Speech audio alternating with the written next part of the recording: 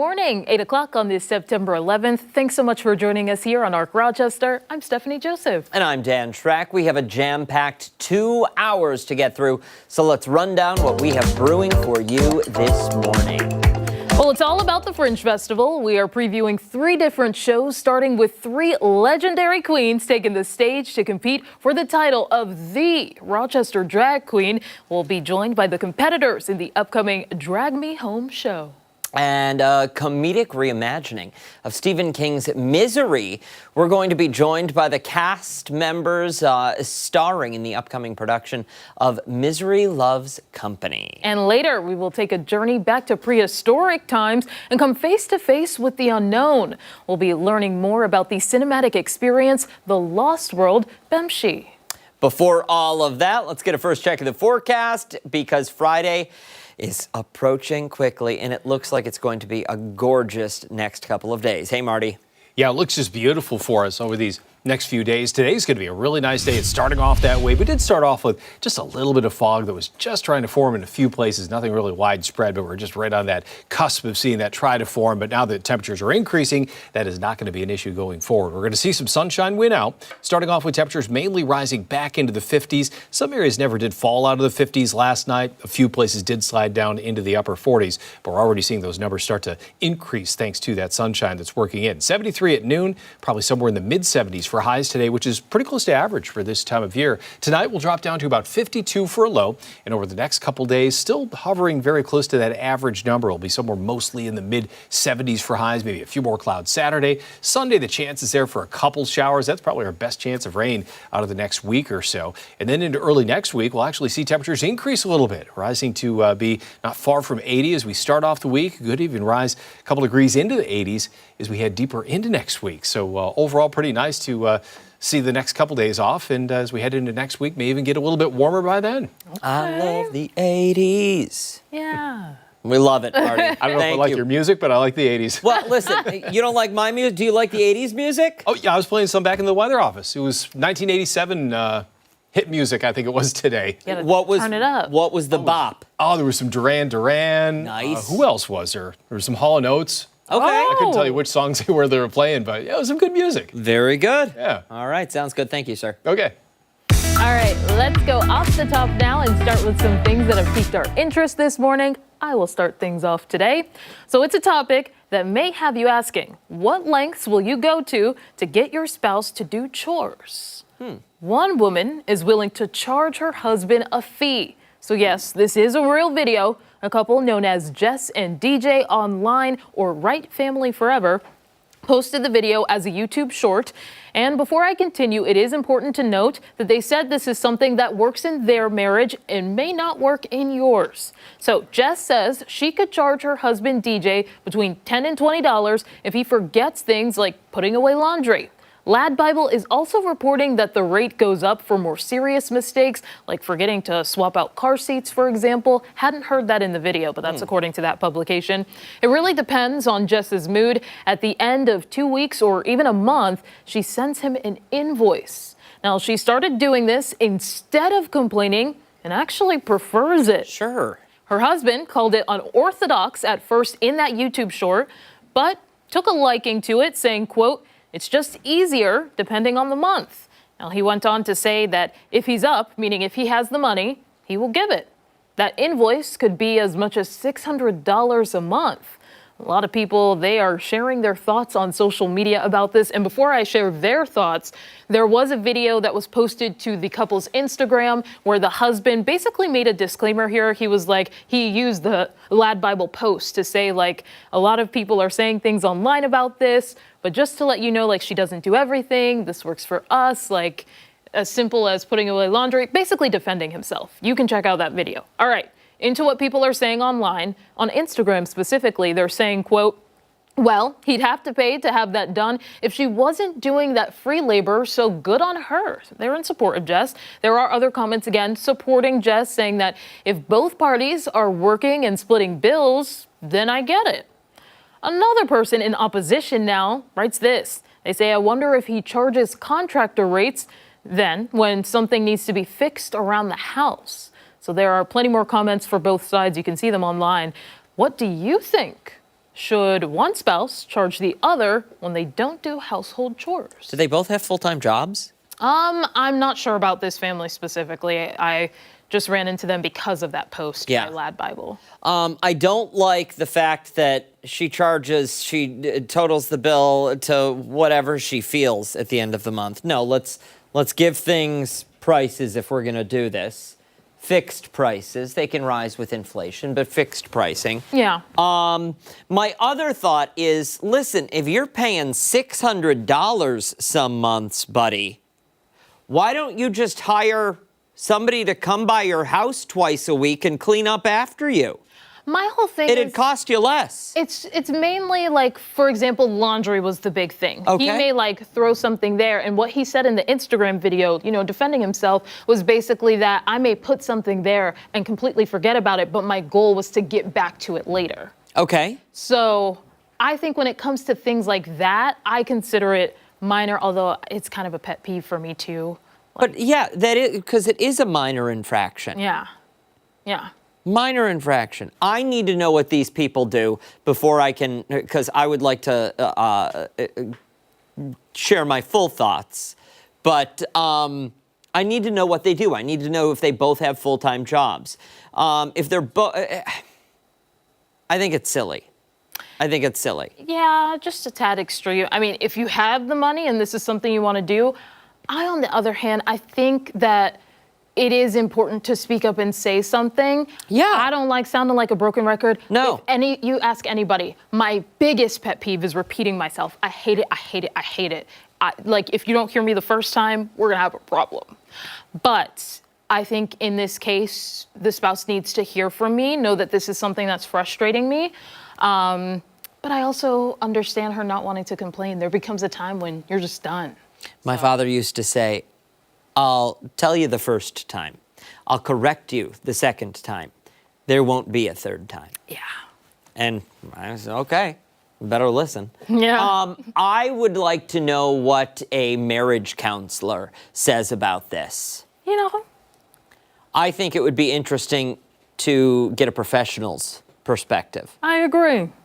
All right, let's move along to mine this morning, and I want to take you to San Juan, where a passenger risked it all after risking it all. A man jumped overboard from Royal Caribbean's Rhapsody of the Seas Sunday morning, right as the ship was back in port. Jet skiers spotted him and hauled him to shore where customs agents were waiting. Why, you might wonder? Well, court documents say he was trying to escape the cruise. He was trying to escape his debt.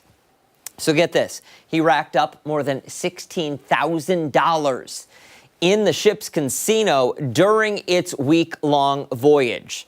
When agents searched him, they found 14 grand in cash, 2 phones, and 5 different IDs. This guy has a side gig of sorts. He told investigators he jumped because he didn't want to declare the cash to customs. But here's the twist. Cruise ship casinos only open outside 12 nautical miles from shore in international waters. So he gambled heavily at sea and then tried to beat the system back on land. Instead now, though, he's facing federal charges, up to 5 years in prison and a $250,000 fine. For 16 grand, not worth it. A wild scene in San Juan where a passenger who bet big decided to bet even bigger. First and foremost, my first question of this story, above everything else, was where on the ship was he when he jumped overboard? Are we jumping off from our balcony? Did it happen in one of those, I don't know what they're, not the jet bridge, but the dock bridge? Is it a sky deck? Huh? No? Is it a sky deck that you're saying? No, like the walkway from the boat to the shore. Oh, okay. I couldn't find that information out. So I don't know what that scene looked like. I wish there were video. Maybe there may be at some point. Somebody will post it when they realize, oh, wow, this story got a lot of attention. Honey, remember that cruise we were on?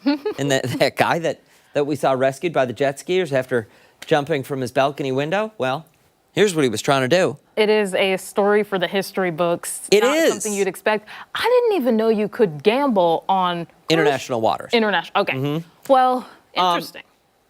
So that I suppose is part of my issue, which is why I don't like to gamble, because I'm not saying that I would ever do this, but I'd be the guy who's gambling away his shoes. Like, here are my shoes. Can I? What can I? How many chips can I get for these? I feel like it would be the slot machines for me. I know I can get them all. Yeah. Oh well, because you can. You really can, and that's how people feel when they buy lottery tickets too. That's how I feel when I buy a Powerball ticket. I know I'm gonna win. I just need one more ticket. Yeah. You know, and then cut to, I show up to work the next day. Hey, stick around. We've got a lot more to come here on ARC Rochester, including when we come back, we're checking in with Chris Lopez, who's spotlighting an upcoming festival that will have people stomping their feet. And don't forget, you can watch us on the go wherever you are. We're streaming live on the 13 Wham YouTube channel and, of course, foxrochester.com. We're back after this.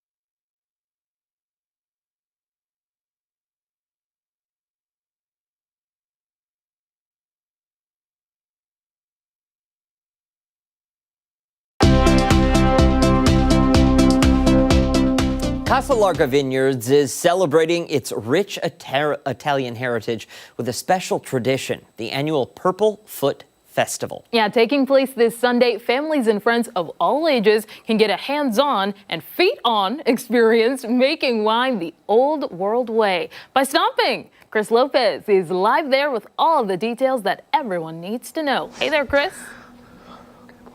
Hey, what's up, guys? Yes, 11 o'clock a.m. to 5 o'clock p.m. this Sunday. You can tread, you can stomp. I would recommend the treading, though. That's how you don't squash the seeds that make the wine too bitter to taste. However you want to spend your Sunday, though, that's up to you. If you want to stomp those grapes, go ahead and stomp them. They use those grapes, if you're wondering, as fermentation on the ground? Yeah. Fermenting the ground? Fertilizing. Fertilizing the ground. I keep getting that name messed up. The one thing I don't get messed up is your name, Andrea Coloratolo O'Neill. Did I get that one correct? Right. Got that one correctly. Perfect. Now, in this segment, though, we're going to be trying out some of the wines that everyone can come in here into the tasting room and can try on Sunday. Yeah, actually, we're going to have a couple different tasting areas. We have the large tasting in the backside where we have our banquets. Okay. And we're going to have 8 different wines there for you to choose. Some are sweet, some are dry. If there's something there that you didn't get to taste that you're really interested in, then you can come in the wine shop. And then on this side, which is our cafe, it'll also be open along with food trucks. We're going to do a slushy taste. This, I think, is something that grabs everyone's attention because you may not like wine at all, but stomping the grapes, I think, is cool. You guys are also going to be having a Bills game on as well. I think this is for everyone. Am I correct in saying that? Yes, we try to cover every base, even people that have newborns, or not maybe a newborn, but at least babies that are crawling, because we do have a diaper dash race. That's something new this year. So we're hoping that when the younger families come out with their younger little ones, there's something for them to do as well. We have a petting zoo. Soki Farms is coming. We're really excited for them to come out. We have music all day long, starting at 11 with the DJ, and then Uptown Groove is playing. So there's a lot. There's hay rides. There's balloons for the kids. There's face painting. There's some other kids' games. So it's a very event. When we put it together, we try to think of everybody that's coming and what experiences would they like to try. And I would like to try some wine. Okay. And you have 3 that you have here. Yeah. This one is actually a brand new. It's not even been bottled or labeled yet. This is an exclusive. This is a Vineyard Hill Chardonnay. So we make 2 Chardonnays here. One that's actually the Chardonnay grapes are put into oak barrels and aged. And then this one is aged in stainless steel. Sometimes you'll see it as unoaked, is another name for it. And that's brand new. I like that. Yeah, just I brand like new. that. Yeah. So it's a little bit more fruity, a little less dry. The Chardonnay in the barrels is a lot drier. But it's still a nice wine, especially if you're with someone that doesn't like dry, doesn't like oak.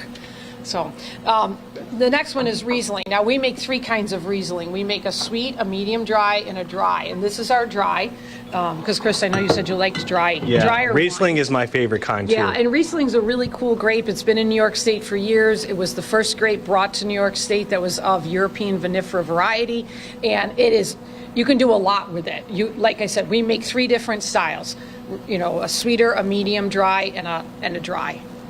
My favorite so far. Great. Absolutely my favorite. But I'm biased. Riesling, any Riesling variety is going to be my favorite. So, Yeah.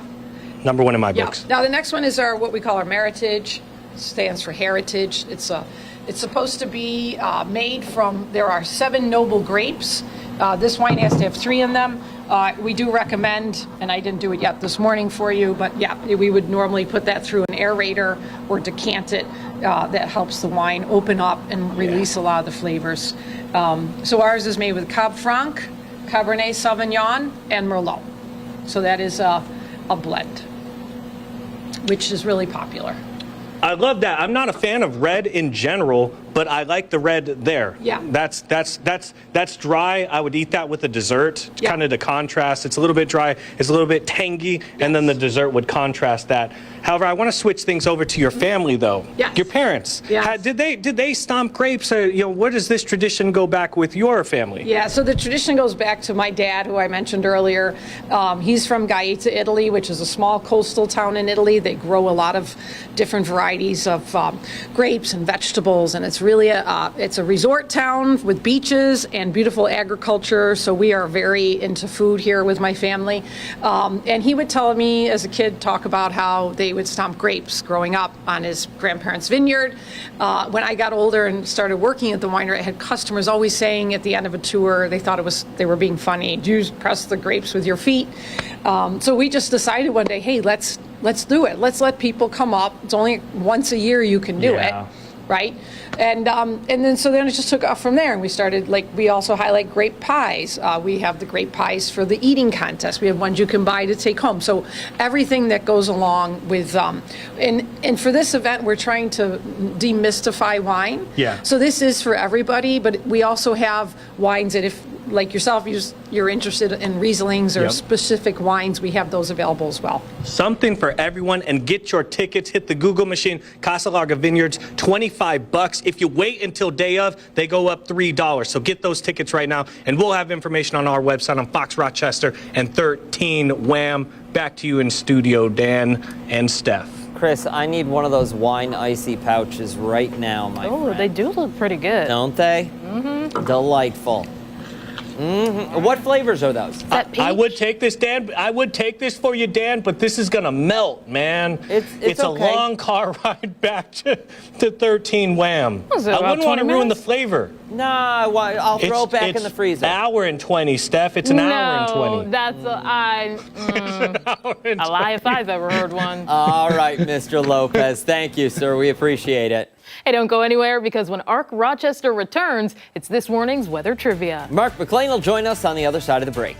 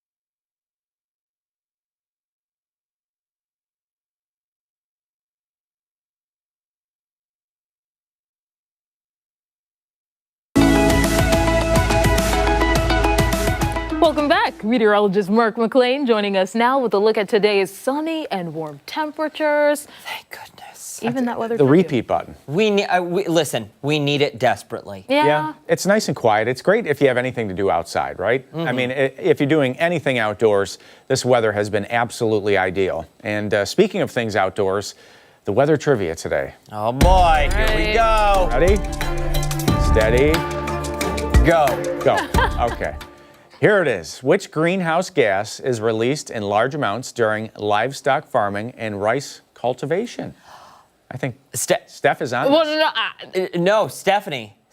oh gosh. Hydrogen sulfide, Got it. sulfur dioxide, Got it. carbon monoxide, Done. methane. Sold. I think I have it. Yep. I hope we're on the same page. We are on the same page. Look at that. Okay. Look at that cutie pie staring at you. I on the right-hand know. side. Okay, wait. Makes Is you wanna that eat an actual chicken. cow? You get it? I don't know if it's actual or AI generated.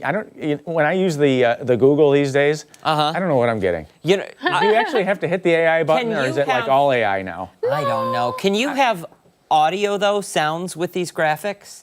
That's Ashley's job, actually. Well, no, I'm thinking like because it would be great in your weather graphic Yeah. if that cow were to like put its head in Like around a the big corner and moo? just move. For my self-esteem, I will not moo like a cow. Understandable. Maybe just a sound clip off the interwebs. Yeah. That'd be all right. Yeah. be all Is the question posted? It is posted. The question is posted. Weigh in. We'll get the Yeah. answer together at 9 o'clock, but I think Steph and I already know it. Yeah. And it is actually a very powerful greenhouse gas. Sure is. It is. So here's the other thing that's changing. I hate to do it to you. Here it is. I don't. Yesterday was the first day for the I Love New York No. fall foliage report. I need a new location this year. Yeah. Where did you go In last addition, year? I always go to Letchworth, and I never Listen, hate going there. I'll go gorgeous, every though. year. Gorgeous. Yeah. You hit Naples for the Grape Fest. Yes. You'll get a lot that's of. on the You'll list. see a lot of color change down there. That's true. Yeah. End of this month. That's a great festival. But the Adirondacks, the Catskills, even little pockets here and there in the southern tier, starting to see some change out there, and we love to see your foliage pictures in the fall. That's hard to say. Chime in, share your weather photos. That QR code on the side of the screen. You can scan that and share your pics when you're out having fun. And talking about the peak color, this is the entire. You look at Florida and like southern Texas. Yeah. It just doesn't change. No. Life, it doesn't change that. You don't get the 4 seasons. You don't get the snow. No. Here's my question, though, for this data. Because we've been in, I don't know what level of drought. Yeah. But a lot of those trees are hurting. Yeah, it's drought stress, and it does impact the timing of foliage change. It also impacts really the fruit crop. So the apples, and I don't know if this is the same at every orchard, but at my in-laws, their farm, they have a bunch of apple trees. The fruit is smaller this year, but the apples, the sugar content's the same. So the fruit actually is a little bit less, Sweeter. it's smaller, but it's a little sweeter because the concentration seems to be a little bit higher. So I don't know if that's the same experience that everybody's having, but it is kind of interesting. Listen, make for some great pies. I'll be out there picking them. I love an apple pie. Grape pie is my favorite, but apple pie, great stuff. Yeah, the peak color, for us it's mid to late October. For the Adirondacks, it's late September, early October. So, if you want to see some of that peak color change late this month, you head up north and head to the mountains. But the sneeze cast back here, just take the over-the-counter stuff when you go. It's the ragweed this time of the year, and we will not get rid of that out of the atmosphere until we get a solid frost or freeze out there and have temperatures below the freezing point of water. 53, west-southwest at 6. The dew point is hanging in there at 50. It was quite a dewy start this morning for those that were out there at the bus stop and are heading to the bus stop. Satellite radar has a weak cold front just to the north, and a little bit of cloud cover along that cold front as it sags to the south. So overnight tonight, we may find just a few clouds with that. This is a no big deal kind of weather front, just fades away as it moves south of Rochester. High pressure still overhead tomorrow, and that's good news for your Friday forecast and anything you have to do later tonight. Late weekend rain, that's our next chance, and it's a small chance for rain late this weekend as we head towards next week. We'll see a nice little warm-up in the forecast. But the planner today has temps in the mid-70s this afternoon. May see a few spots in the upper 70s. Lots of moonlight again later tonight, back to the low 50s. Should be a mainly clear night again. A few clouds with that weak front as it sags south. And this is a very comfortable forecast. And we were talking about this yesterday. This is the time of the year folks come up to us and they say, where can I move to where it's like this all the time? And there really is no place. Southern California is probably the closest that you could get to something like this, but it does get warmer there in the summertime. But low 80s next week, lots of sunshine in what should be a comfortable forecast. We get the drought report later this morning. We'll see if there's any upgrades on the drought in western New York. Moderate drought right now. I wouldn't be surprised to see that footprint expand a little bit more throughout western New York. Sold. We will take it, my friend. Yeah, Thank you. Take the sunshine. And don't go anywhere. We've got much more to get to here on ARC Rochester. We're back right after this.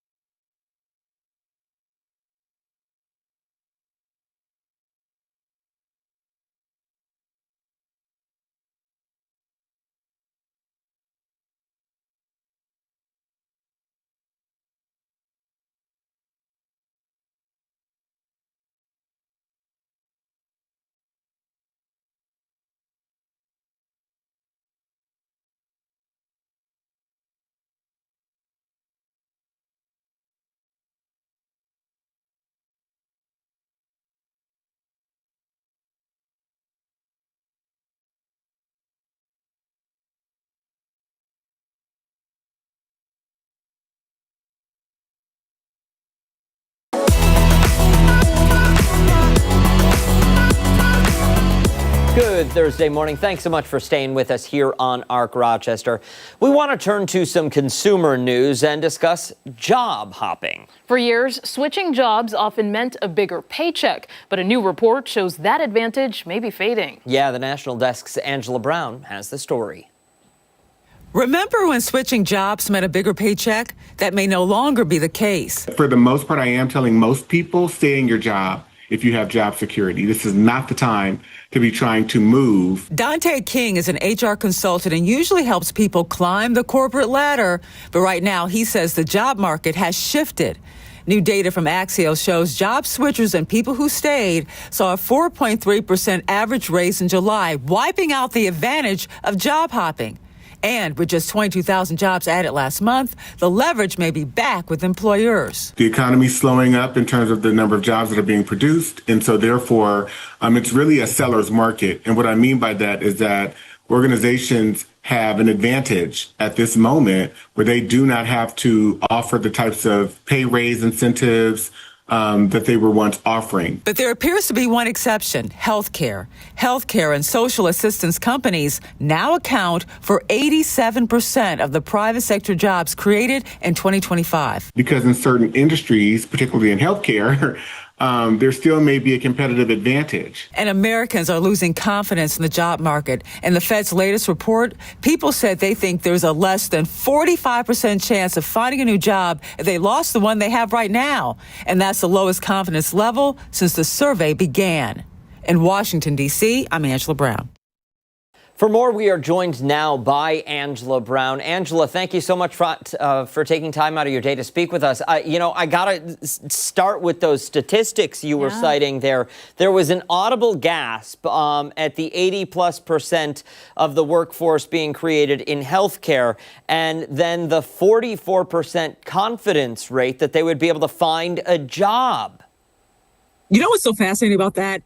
So that basically tells us that most of the jobs that were created, and we had that dip, was 22,000 jobs created, so the numbers were low already.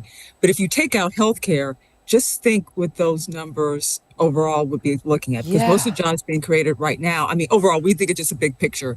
Most of the jobs being created are in healthcare. And that's where the game is right now. And it has been for a long time. It's still booming. It's still growing because we have an aging population. So if you're looking to maybe bounce from job to job, it seems like that's the industry to do it. But the fact that people are fully aware, you talk about that 45%, 44, whatever that was, that they're fully aware that they think that they don't get a job.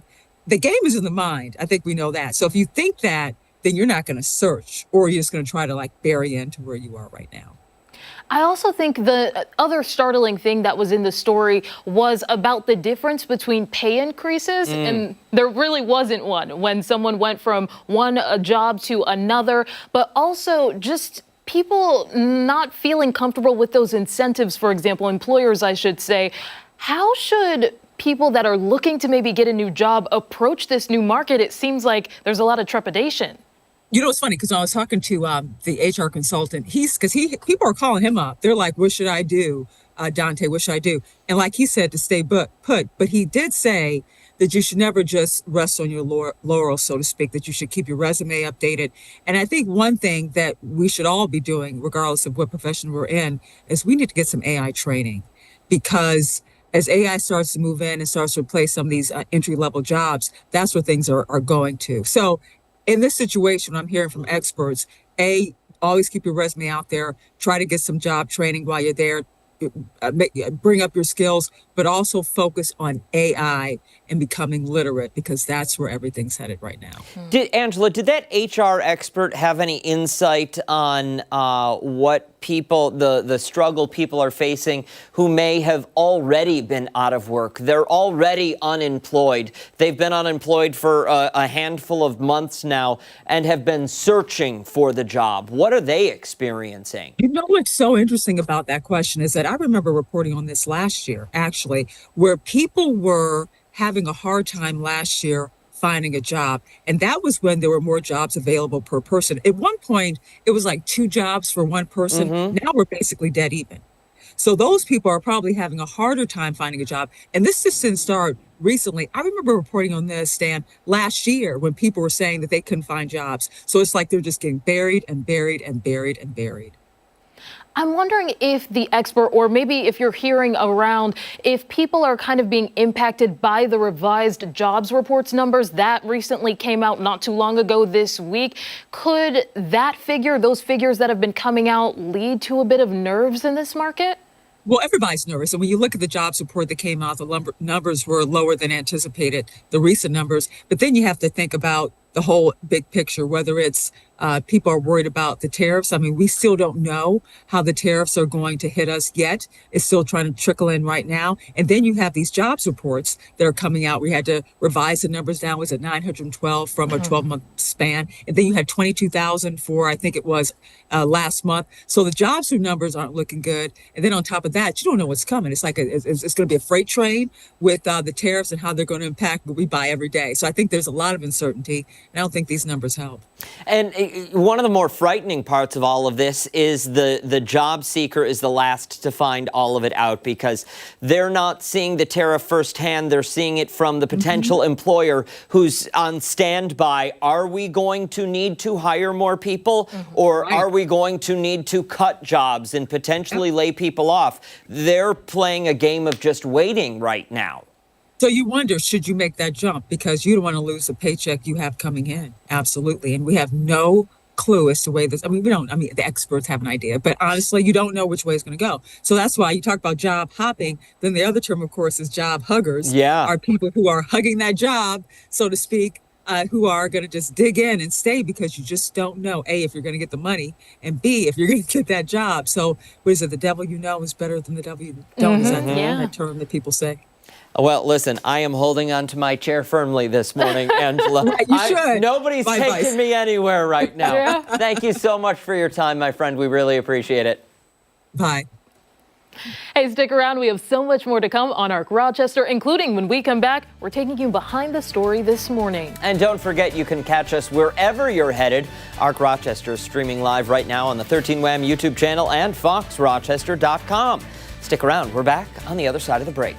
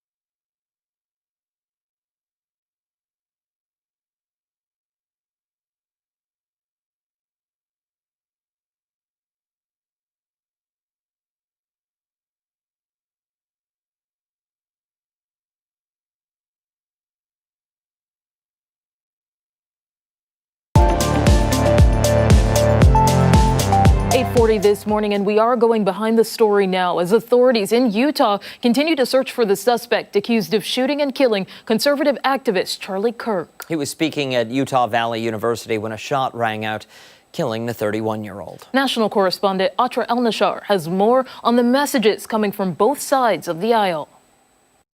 The violence on a university campus in Utah sending shockwaves through Washington.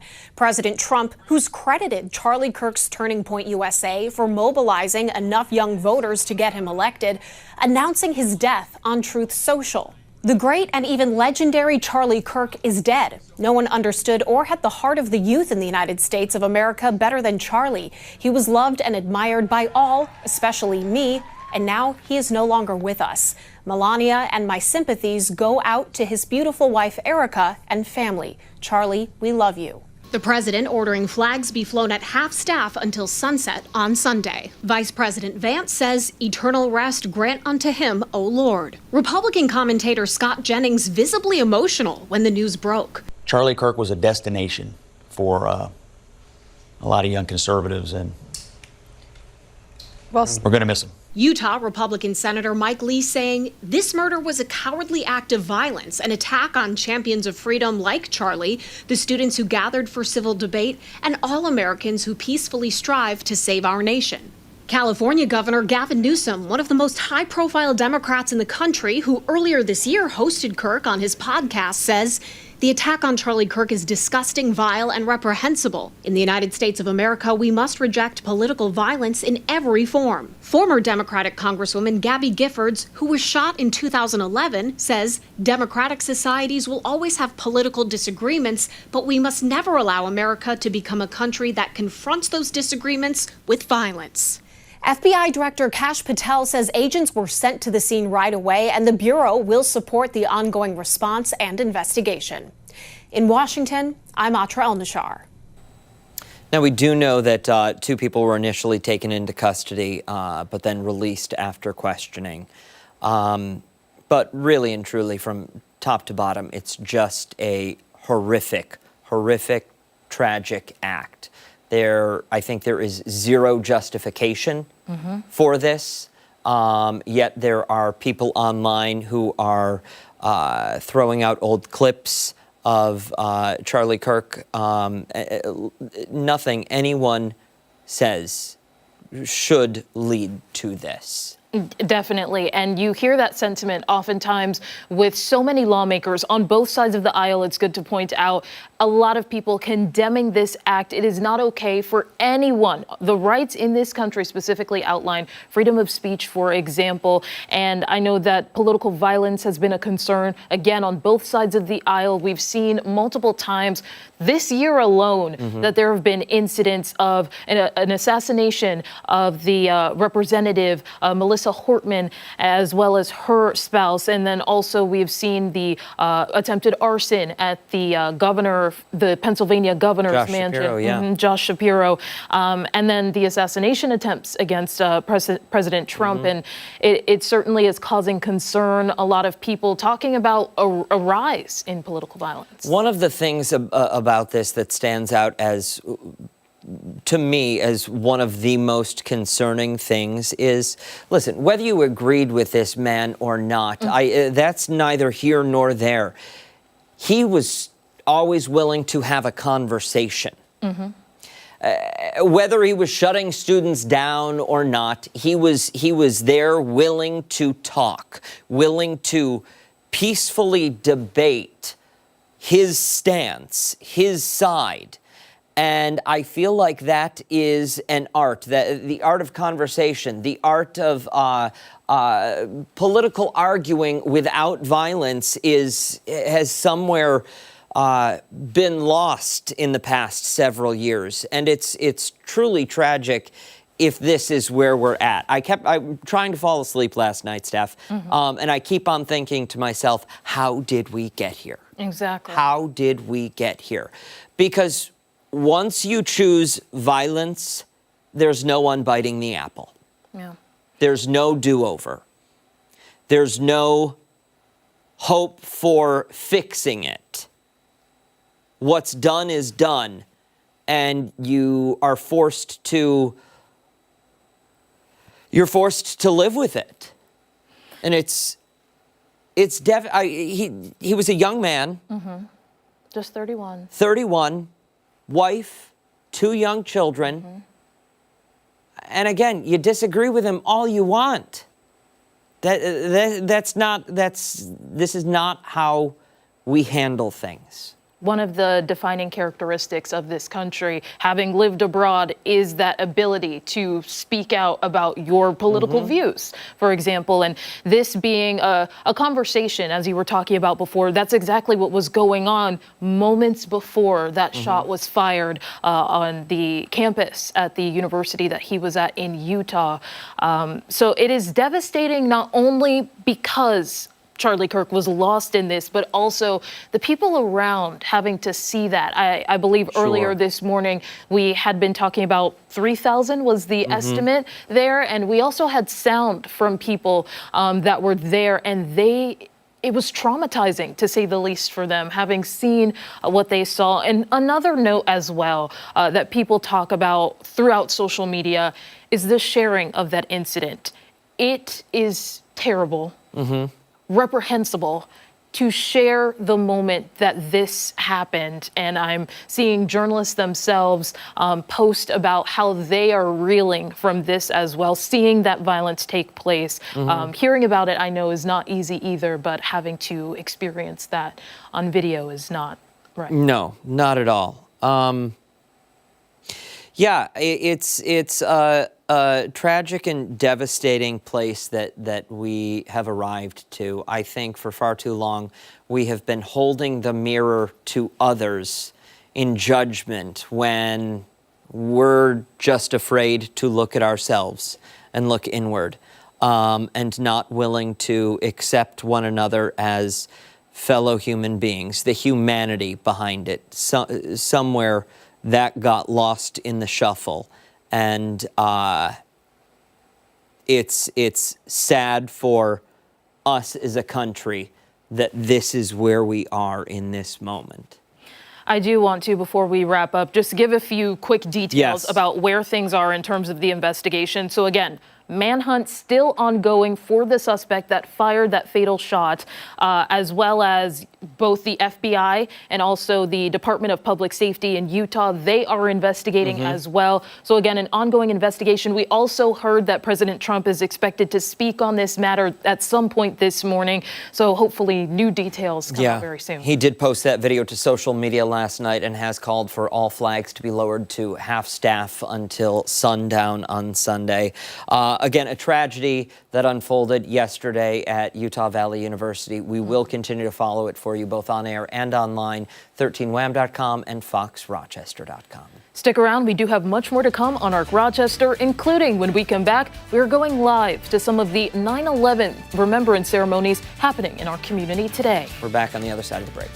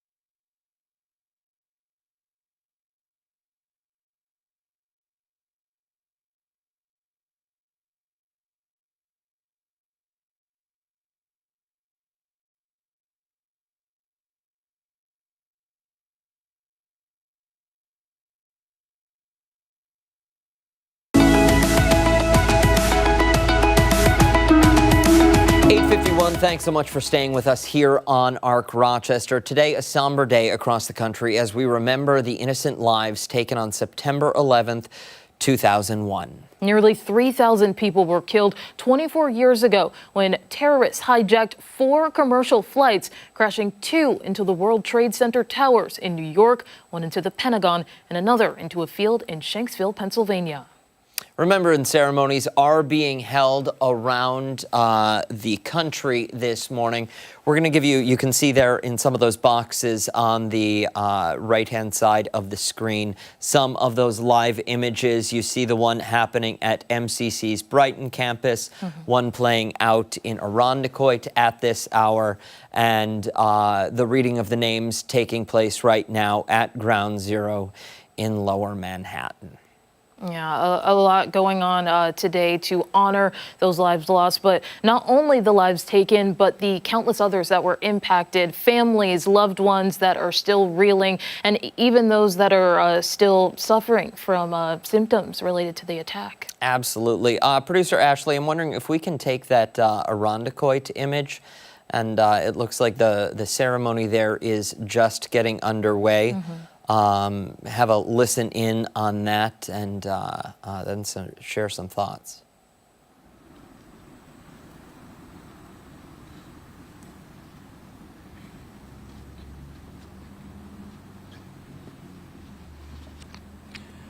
First, to all who are here, who have chosen to remember this solemn day, thank you. No matter where you were on September 11th, no matter what you did that day, one truth binds us together. We have come this far by faith. Faith in our police officers to protect us. Faith in our fire service to rescue us. Faith in our emergency personnel and our first responders to save us. Faith in our leaders to guide us. Faith in our warriors to bring justice when justice is just beyond reach.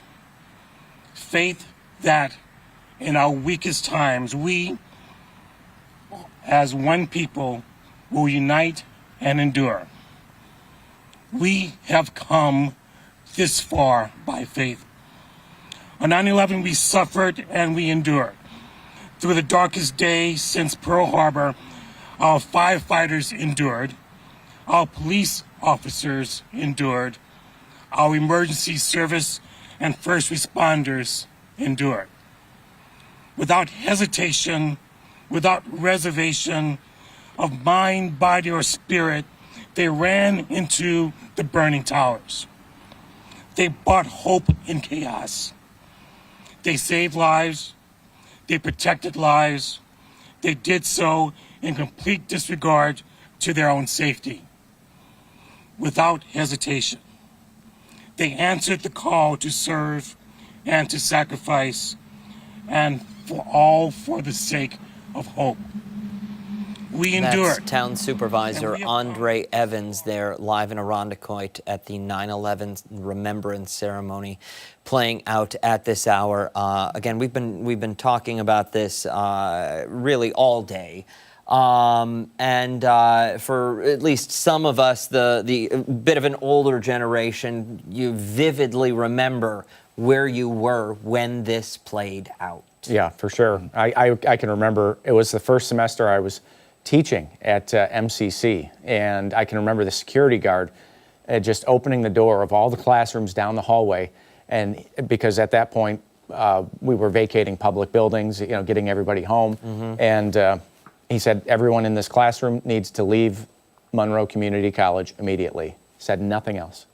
And as I was walking back down to go back to my car, walking through the Union, it was around 9 o'clock. Everyone was standing around. It was a big TV that they had set up there. We all watched the second plane go into the second tower. Never forget that. Yeah, and I remember we were live doing cut-ins at that point. We were doing our normal cut-ins from the network coverage. It was normal coverage at that point, and we heard about the first plane, and we were sitting there watching it. And I was putting two and two together. I remember we were trying to figure out what was going on, and it recalled that there was I think it was in '93, there was the terrorist bombing in one of the parking garages below, and I'm thinking, okay, this, it's the same building, these things are lining up, and then, once the second plane hit, then that, kind of, we knew. Yeah, we got a phone call in the classroom. 11th grade was in music class. Got a phone call to the classroom informing us, and the teacher turned the television on, and sure enough, we watched it play out. Watched that second plane. Then the bell rang, and everybody just stayed near the closest television. Yeah. Yep. A truly devastating day, but again, one that is most people remember. Yeah. Most people never forget. Yep. No, the one somewhat positive thing at the end of that, as I recall, everyone really coming together just with national spirit, and that's something that, especially in the last 24 hours, we're seeing that we're just at the opposite end of the spectrum from that. It's really sad, and I just hope this country comes together at some point. I hope it doesn't take something like that, but it's just sad where we are these days. We can't have discussions, talk freely about things, and respect other people's decisions and how they feel. And opinions, absolutely. Yeah. I'm glad you said that. Listen, stick around. We have a lot more to come here on ARC Rochester as we continue into the 9 o'clock hour. We're back after this.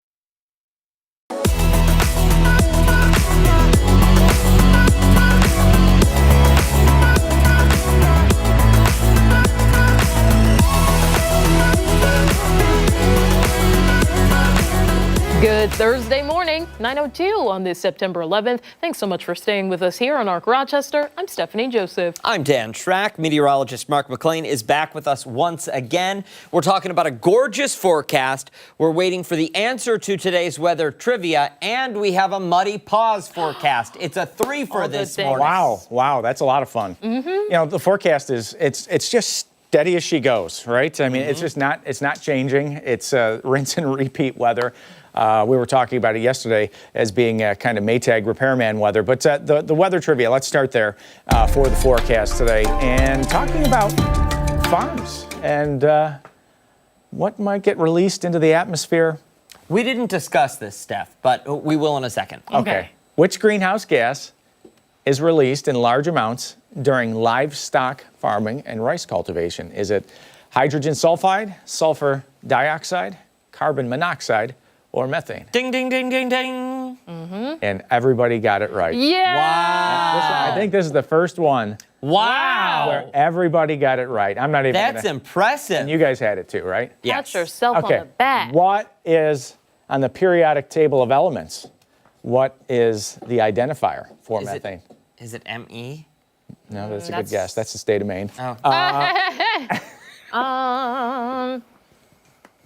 It doesn't have an M in it, right?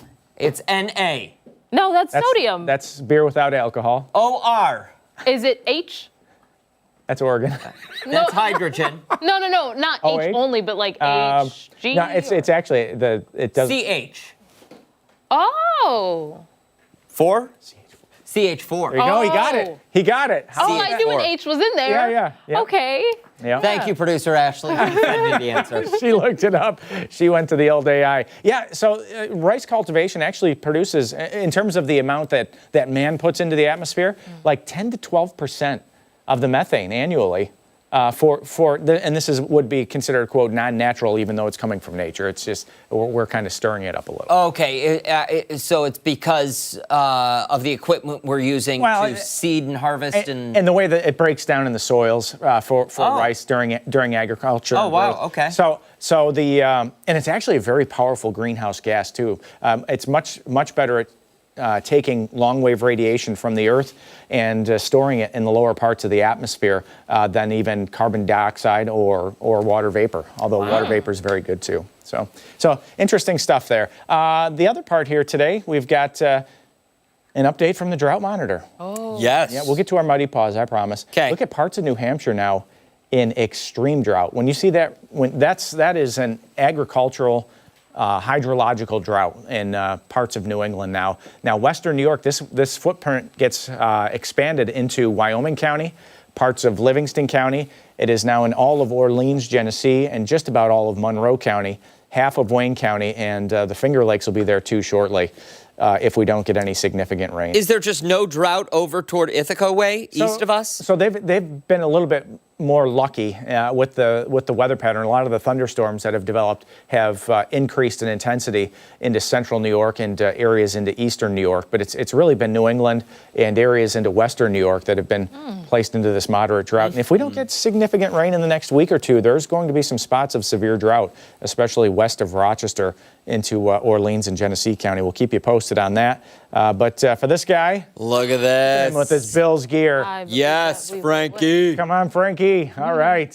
Frankie's paws might get a little bit wet late this weekend. I don't see much in the way of rainfall on Sunday, but if we do have a day with some rainfall, likely it would be on Sunday. So we'll keep you up to speed, but don't expect any rain today. 57 degrees. It is nothing but wall-to-wall sunshine once again for us out there, and seasonable warmth to go along with this. So you're not going to be uncomfortable. You know, the mornings are a little chilly in the upper 40s and low 50s, but the afternoons, it's just glorious. Temps in the mid 70s. Upper 70s, and you don't even notice the atmospheric moisture content out there with dew points in the upper 40s and low 50s. Satellite radar has large high pressure over the area and a very weak cold front just to our north, and that cold front will serve up a few clouds later tonight. Not a big deal at all as it just kind of fades away and falls apart over western New York with high pressure sinking back in there. That means the start of the weekend for you will be dry as well. So good news for the old golf clubs. I guess that's what I'm saying. 55 to start off. We'll see temperatures in the mid 70s this afternoon with the sunshine. Tonight, you'll get that bright moonlight again. It's going to be a nice night. Temps in the low 50s. With that mainly clear sky, the wind does stay light through the overnight. And the 7-day forecast for us will have numbers back in the 80s. So we're not done with this yet. It's, summer's got some kick left. September 22nd, we'll say goodbye to it. So it's not that far away, 11 days away. But I know, I'm not counting. I know. I'm not counting. I know, Steph. I'm not counting, but it is just 11 days. Listen, left. but it does look like we've got a little gas left in the tank there. Yeah, I think so. And, there may even be a day next week. We'll have to see how this plays out, that we can get some of these numbers back to the mid-80s. Really? Yeah, we'll have to see how it all kind of comes together. Well, are we talking air conditioning weather again? The thing about it this time of the year, the visible day length, is so much shorter that the sun is already set, early in the 7 o'clock hour. It doesn't rise until the day length is so short that it just doesn't have the same compounding effect. And you don't get that humidity. And the humidity is just non-existent. And it takes a sturdy southwest wind to crank up tropical air masses into western New York this time of the year to get dew points back in the 60s this time of the year. It can happen, but it does take, we have to borrow it from somewhere else this time of the year. We can't manufacture it homegrown right here. Fair enough. Listen, it looks fantastic. Yeah, and there's still a lot of covers off of pools, when you go, somebody, hey, this weekend it's close to 80, Saturday. If the cover is off of your pool, give us a call. Bring the allergy meds. Yeah, we'll come over. We need those too. Yeah, how is it? Yeah, the ragweed count's high. We just had the update come in from Dr. Hartel? Dr. Hartel, yeah, and grass pollen actually went into the low. So when I showed it a half hour ago, the email came in after that. The grass pollen is now in the low count too. So grass plus ragweed. Not great for the allergy sufferers. There's going to be a point in time in the very near future where you're going to be able to put the lawnmower away and lock it up for the season. I know. Yeah. We do get 4 full sad. seasons. All right, McLean, thank you. Yeah, and trade it in for a shovel. Oh, Like Chris said. I guess I prefer the lawnmower. Yeah, absolutely. Hey, 10 after 9, don't go far. When we come back, a lot more to come on Arc Rochester, including learning more about the upcoming Fringe shows that's featuring a whole lot of glitz and glam. You don't want to miss this. Oh, good. You don't want to miss this. You want to tune in, watch us live. We are streaming on the 13 Web YouTube channel and, of course, foxrochester.com. I'll be right back. I'll have my words together. Did you just girl yourself? Yes.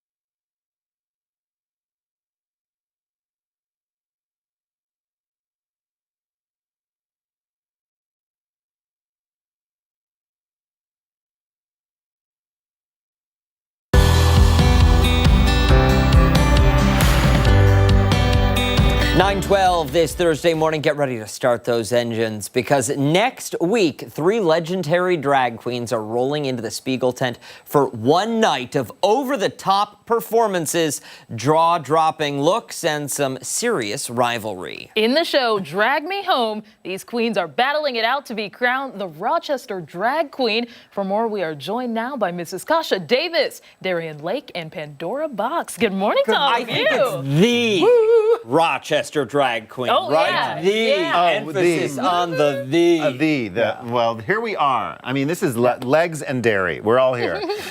I'm Darian Lake. That's right. Hey. Exactly. Love it. Talk to us about the show. What can people expect who have not seen the 3 of you perform before? I mean, it's really sort of based on the RuPaul's Drag Race celebrity, impersonation show and drag queen show competition. So it's going to be a little bit of that same sort of thing mimicked in the Fringe Festival. Yeah, we're at the Spiegel tent. We have the fabulous Pandora Box back in town. She went to LA. She's a superstar.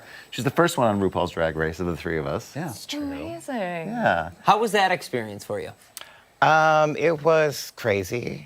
Yeah? To say the least. Yeah, they kind of throw you into it, and but it's life changing too. So. Yeah, I bet.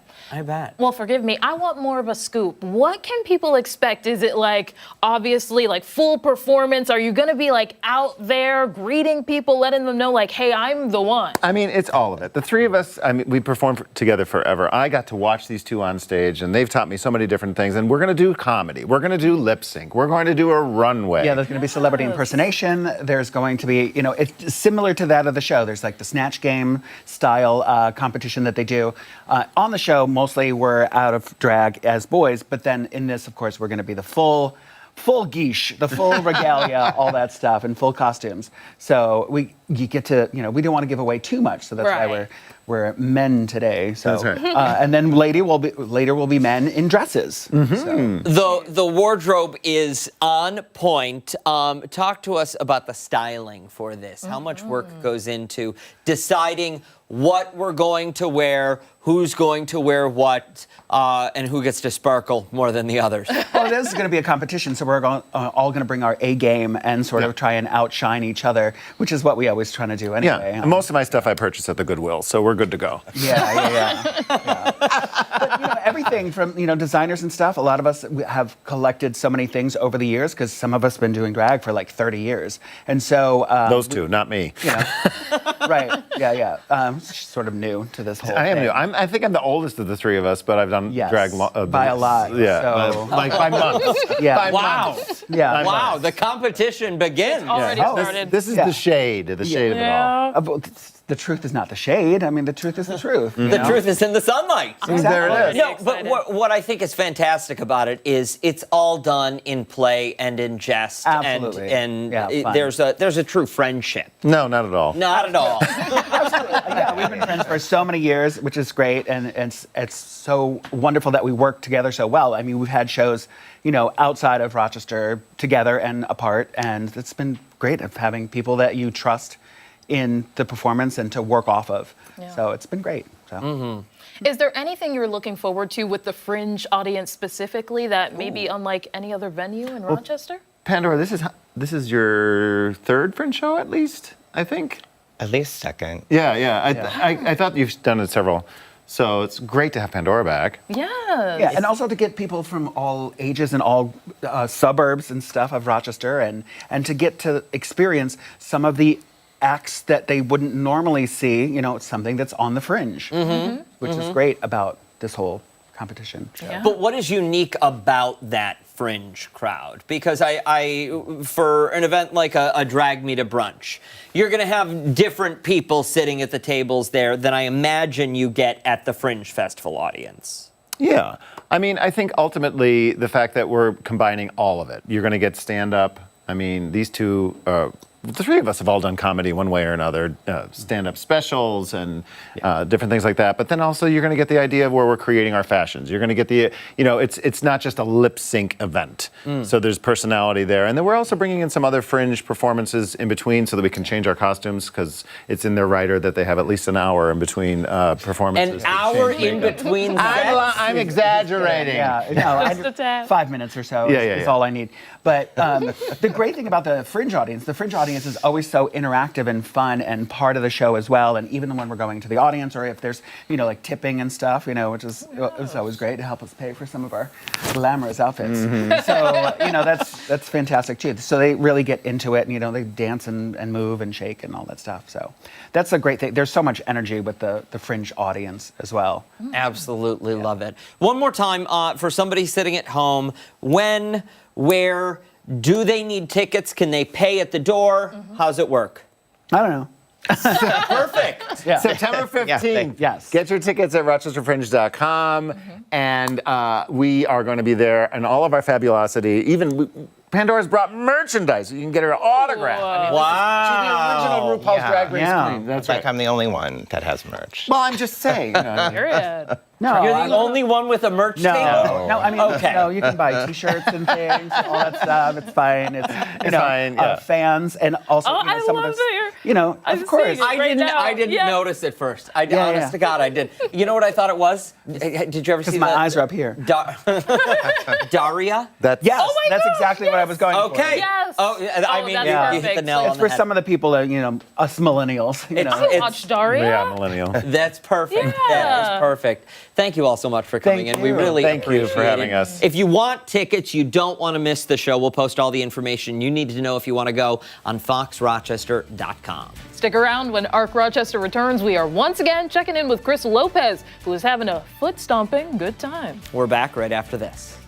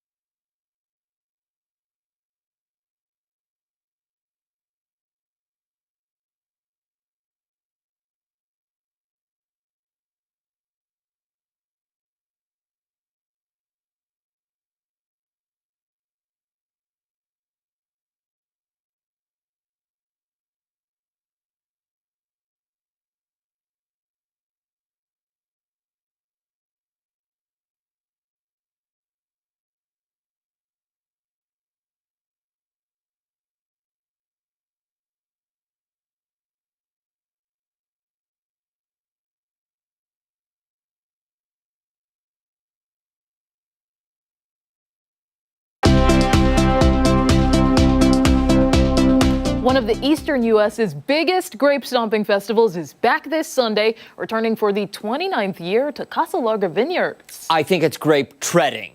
Okay, yeah. Yeah. But he gave us the wrong term because he wants to make us look silly. Yeah. The Purple Foot Festival is a fun, family-friendly celebration of wine, heritage, and good old-fashioned grape stomping. Chris Lopez is in Fairport with all of the details. Hey there, Christopher. Hey, what's up, guys? Nothing like taking your shoes off in anticipation of stomping some grapes in for a preview of the Purple Foot Festival taking place on Sunday, 11 a.m. till 5 p.m. Bills fans, they got you covered. The game will be shown in an absolutely cool part of the section that they have in the Grape building at Casa Larga Vineyards. And I have to sip the red wine while I'm stomping the grapes. I'm here with Andrea this morning. She's been my tour guide throughout the morning talking about this festival. Set this down, and these are the grapes right here. You wouldn't happen to know the variety, would you? These are either Concords or Fredonias. Okay. Yep. What would you, if we were making wine, what kind of wine would we get? Out of those? Yeah, not good wine. Concords and Fredonias are used mostly for juice, jellies, pies. They're considered a native Labrusca, so they're native to the New York area. Usually most wines are made from French-American hybrids or European vinifera, which is the Riesling like you like. And you've done this before. Yes. How'd you like it? It's okay. I actually think I like watching people do it better than doing it myself. I love to see people in there smiling, kids.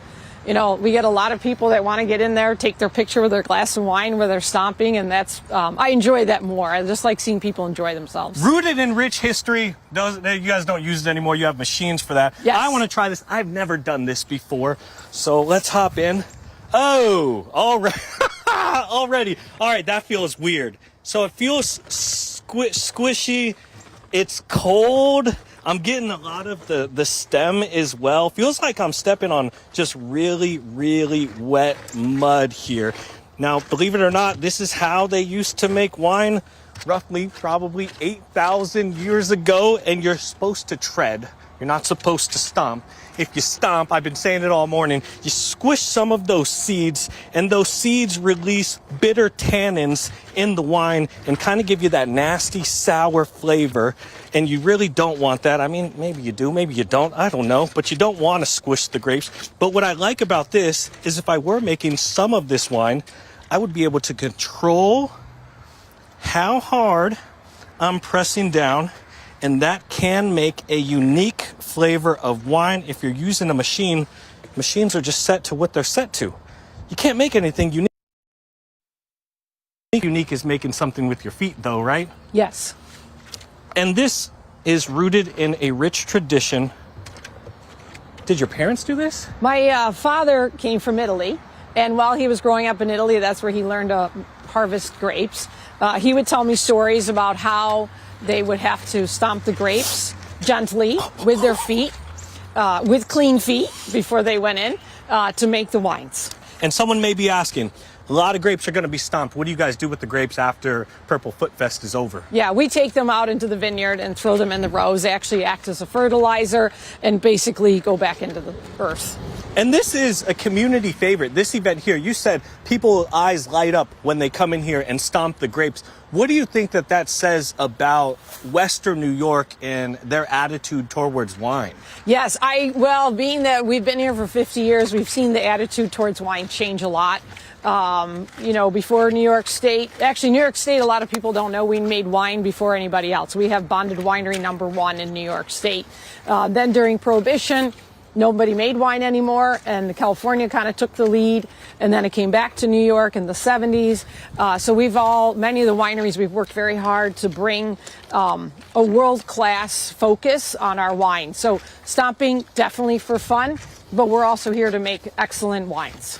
If you're doing this on Sunday, be careful. It's pretty slippery in here. Actually, how filled up is this tub going to be on Sunday? Oh, it'll keep getting filled. Oh, as it's just the going day to keep goes getting. on. You guys just going to keep pouring Correct, more yep. and more grapes. Sunday, 11 a.m. until 5 p.m. Tickets are available. Google Casa Larga Vineyards to buy your tickets online. I think they're what, $25? $25 day up and day of. They go up to 28. Kid-friendly event. Kids can hop in here, too. We're going to have information on 13wham.com and Fox Rochester. Got a little bit more work to do. Pretty cool, though. I actually liked it. The first step was a little bit weird. Last few steps have been pretty awesome. Just a tad bit slippery, though. I got to wash my feet. I'm going to send it back to you guys in studio for now.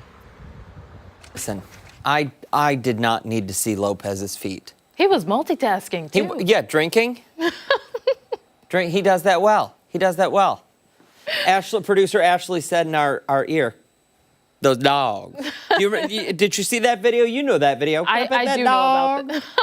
That little girl, 9:27. A lot more to come here on Arc Rochester. We're back on the other side of the break. Can I pet that dog?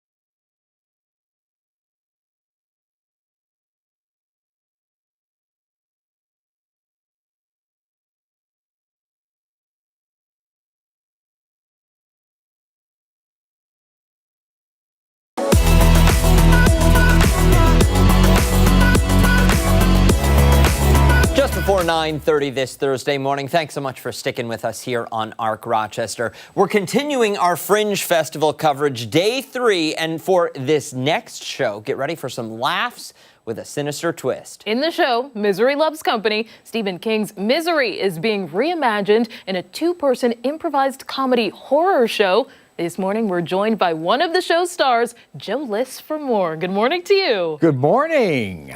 I'm wondering, is it possible to even summarize what is going to be going on with this show? Well, in a nutshell, we're taking the Stephen King movie, the movie version, and what we're doing is we are getting 2 suggestions for we're replacing, because originally, remember, he's Paul Sheldon is a romance novelist. Yes. And Annie Wilkes is his number 1 fan. Yes. So we're doing is we're getting a brand new career that brings you fame.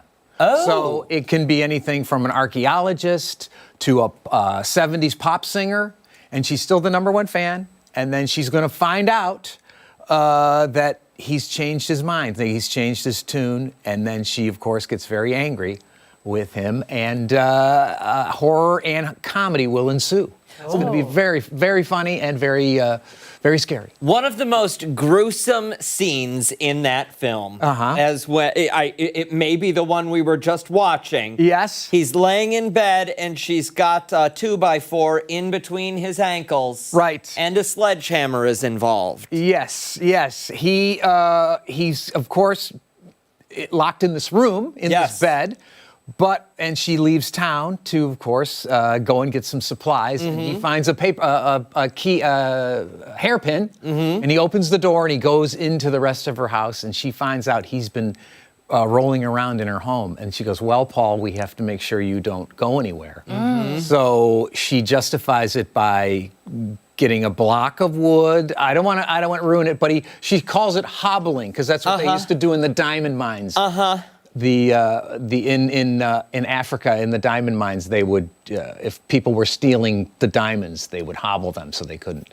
So that's not very funny, but no, we make it funny. Okay, so we can expect some of those movie highlights in yes, this. Right. So we take misery and we take the plot points in the movie, and but that's the only thing that we take from it. Everything else, we make up all the dialogue and the relationships, and and that's the way it comes out. That's incredible. Yeah. What sort of challenges do you experience when it comes to this process, either sticking to those plot points or going along with the improv when things might maybe go awry a bit? Well, that's it. So my partner, Dee Ryan, she has to come up with the idea of, so if I got archaeology, she has to realize, because Paul has this other thing that he's working on because he doesn't want to write romance novels anymore. So in the movie, he doesn't want to do romance novels. He wants to write his own sort of personal story. And she gets furious with it. She goes, no, you can't. You've killed misery.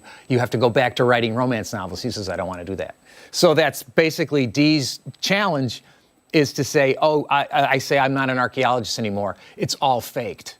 There are actually space aliens that came down to Earth that built the pyramids. And she's like, oh, no, that's a lie. And then she makes And you make up your end of that? And then I have to make up my end, yes. Wow. Right. Or when I was a pop star, she loves my pop music. I said, no, I'm not going to be a pop star anymore. I'm going to be a Christian singer. I reject all of that rock and roll and drugs, and I'm embracing, Christian songs. And then she gets mad about that and makes me burn all of this music that I've written, and then I have to write another pop song. Let me ask, when you're rehearsing this, because it's improv, who's throwing the ideas at you during rehearsal? Oh, during rehearsal? Yeah. Well, we will get like a book out, and we'll go, okay, how about this for an occupation? We'll say like orthodontist. Like orthodontist or a chef. Okay. Like a famous chef. So then she finds out he's going to become a vegan chef, and she's like, "Oh no, you can't be a vegan anymore. This is crazy. You're a meat chef. You should cook with meat." And I go, "No, meat's bad for you." And then she, of course, makes me burn my cookbook, and then I've got to formulate a new meat recipe for her, and then eventually, of course, we tussle. I don't know if you know the movie, yeah. Yeah. It's a horrific ending. Grill some steak over the burning pages. Yes, Oh, for sure. Absolutely. And I make her eat the pages. I force feed her the thing, yes. Is there ever a time when either you break the fourth wall, or maybe there are some audience members who are just reacting in the moment? Do you feed off of that? Oh, for sure. Yeah. Oh, definitely. Yeah. Yes. Because when we try and get the audience as close as we can too. So there's times where I'm in a wheelchair and I may roll into the audience and ask someone to say, "Hey, could you roll me back in?" I'm off the stage or something, or Dee will go into the audience and roam around because she's shopping for something that Paul needs, and then she'll scare someone in the audience. So, yes, yeah. I'm willing to bet there's a lot of people who are looking for that James Caan film before or after seeing this show. Yes, and the thing about it, the movie is like 35 years old. Yeah.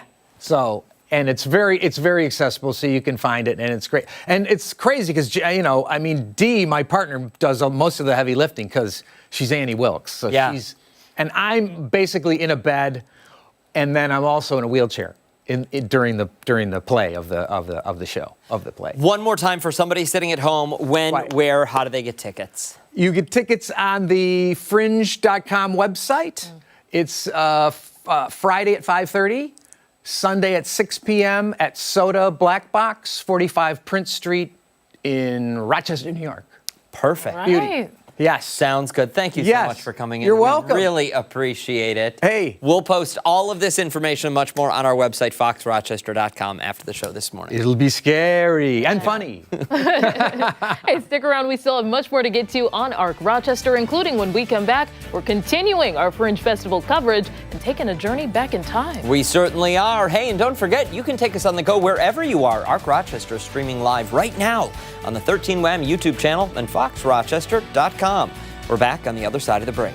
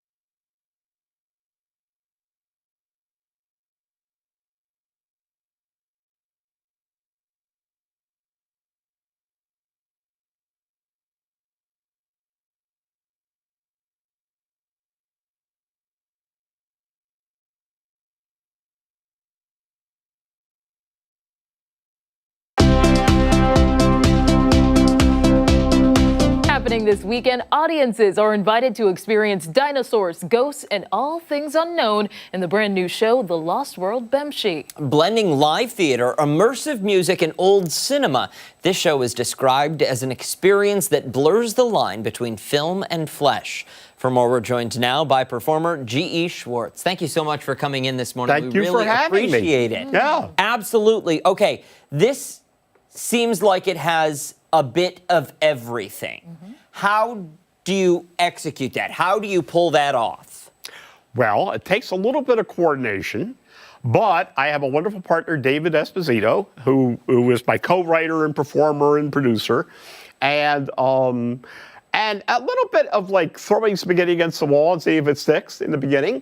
But bit and bit we write it, and as we write it, it converges, and then we take it and we just piece it together bit by bit. There's usually three convergences. There's the actual film itself that exists. We're using the print actually originally from the Eastman collection, and it's a beautiful print, and it's tinted, and it's just gorgeous to look at on its own.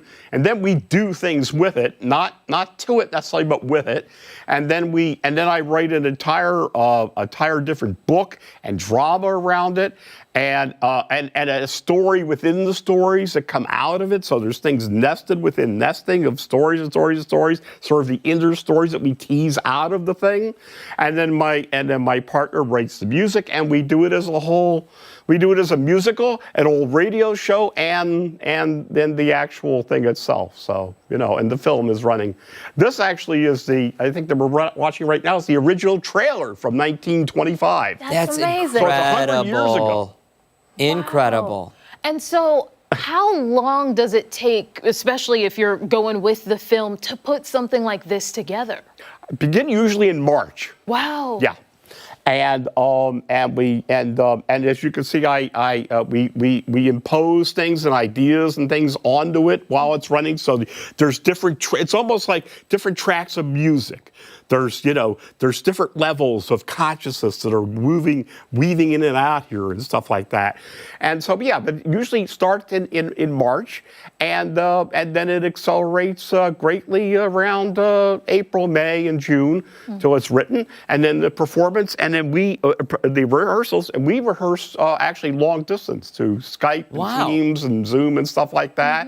And so my partner will be coming in on Saturday. That's why he's not here today. He's from Boston, and my partner from Boston, and then we perform it. You said it's a little bit like throwing spaghetti at the wall in the beginning, but where does the initial idea come from? Well, actually, the film itself, right? I mean, I love these old silent films. I mean, they're kind of like an old, and when you look at them now, they're kind of like watching a folklore that we've long forgotten. Yeah. So doing our thing to it reanimates them and gives it a whole different life, and is telling like a story around a campfire at night. It's an old-fashioned kind of storytelling, and bringing and teasing out, as I said before, these various ideas and putting it up there one more time and giving it a new life, reanimating it. Yeah. I'm really curious to know how you started to get involved with this. Do you have a background in storytelling? I've been a writer since I can remember. Performer for many, many years. My partner and I were in a band called Solomon's Ramada. Back in the Albany days when we were there, we played down to York and Philadelphia and around the country a little bit. And so I've always been a performer. The silent films are something that I remember even watching growing up, because they still ran them on TV once in a while in the old days. And I just gotten really into the idea of how enchanting it can be to look at something so different and almost alien from all the noise and everything that we have these days. Really incredible. The Lost World Bemshi on stage at the Muck September 13th. You don't want to miss it. Is it the one night only? One afternoon. It's a matinee. It's a matinee. And it's got some short subjects that we've created, so it's like a matinee with cartoons and extra stuff. You get it all. There. It's for everyone. Ticketing information can be found on foxrochester.com. Thank you so much for coming in. Thank you. Hey, stay with us. When Arc Rochester returns, we're taking a look at some of the stories that have got people talking this morning. We're back right after this.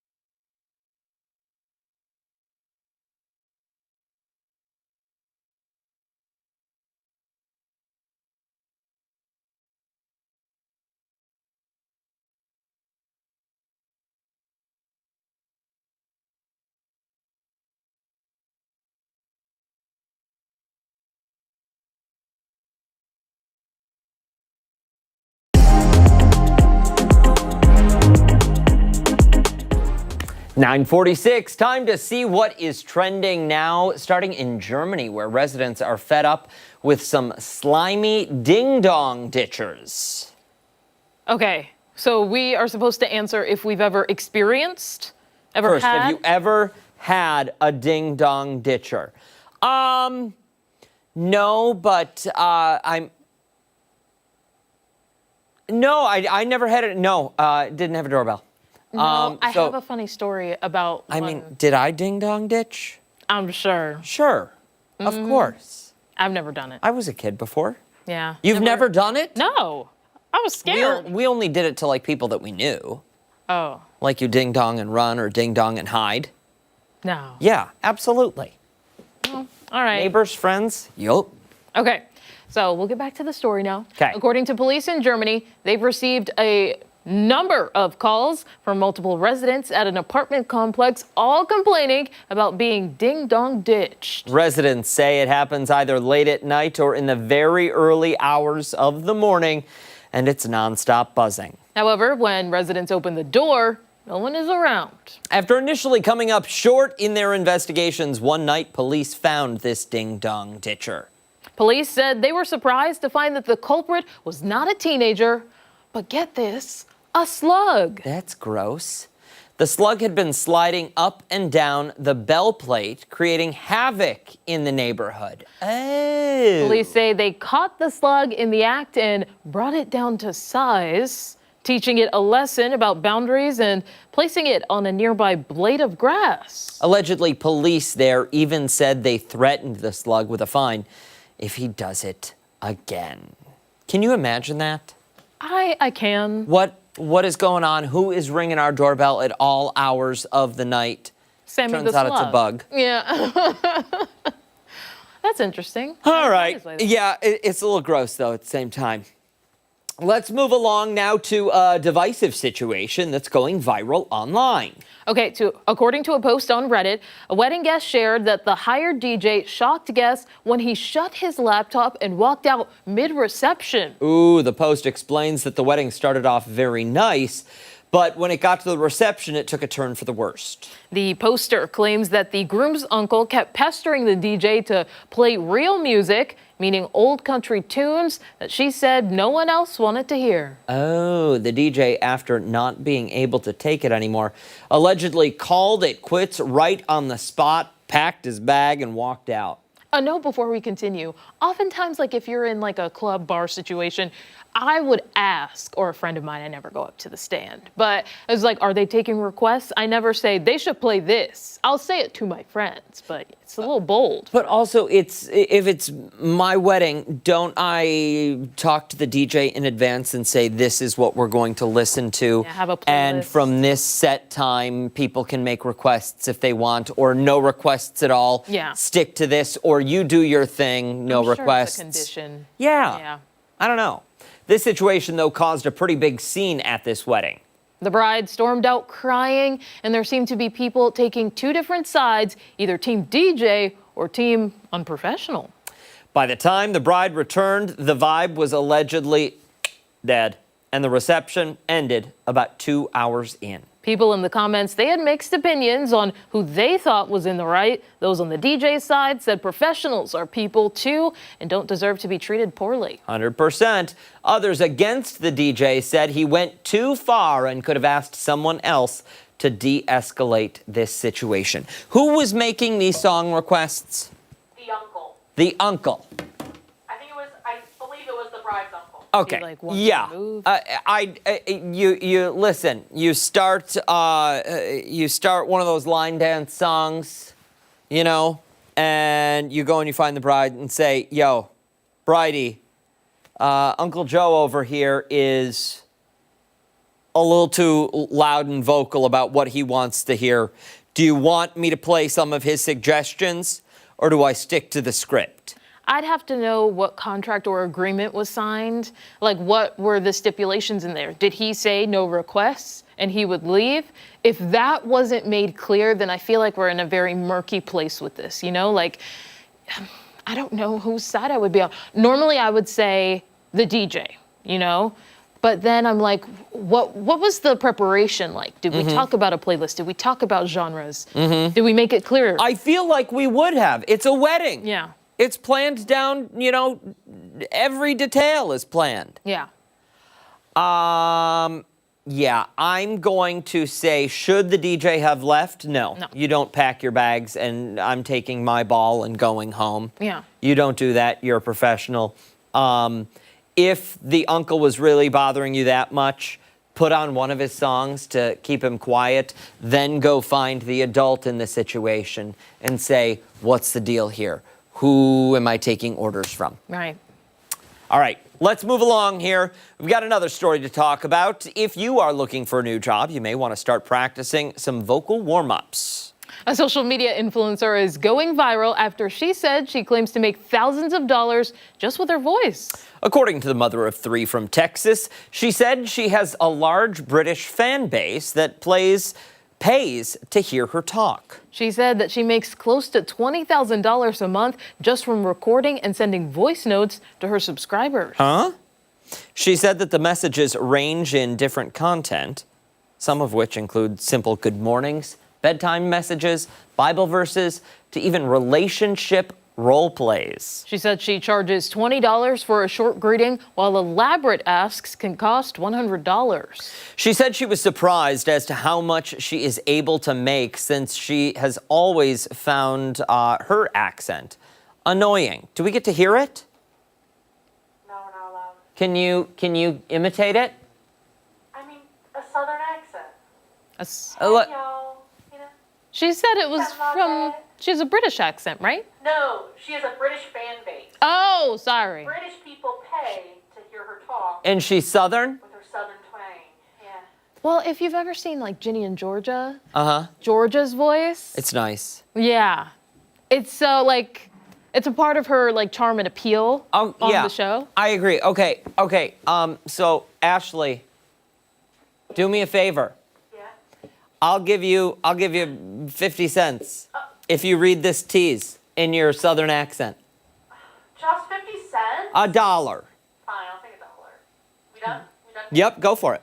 Okay, sneak theme. Don't go anywhere. When we come back in this morning's final thought, we're back right after this. I didn't pay for laughter. Didn't pay for laughter. It's part of the deal. Nope. Want a refund. Well, all right. See ya.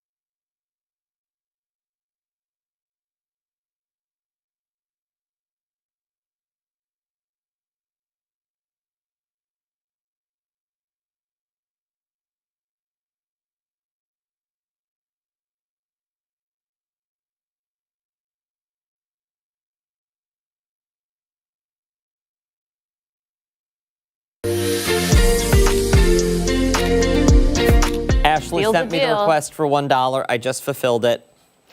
Deal done. Yeah. Did you get it? Your card got declined. Oh! He tried to fool him again. Did Yup. delivered. I actually used your card information. Well, that McLean. wouldn't have worked either. That's fair. Listen, just give me the receipt. I'll cash it. turn it into expenses. We'll get the dollar. Okay. Yeah. We'll get the dollar back. All right. Highlights from this morning. Best bits. There was a Mark lot of loves really all things Fringe Festival. I think was good. I've not seen someone so excited to It's- wonder what the Fringe guests are going to do. It's such a wide array. good. It is. And first of all, you never know what's walking through that door on this show anyway. Yes. Okay, and this week just adds a little bit of extra Flair. to it. Yes. Yeah. Yep. I sometimes feel like we just hold the sign outside. Come on in. Hey, that does it for us here on Arc Rochester. Make sure to wake up with us again tomorrow morning starting at 4:57 on 13 WHAM ABC.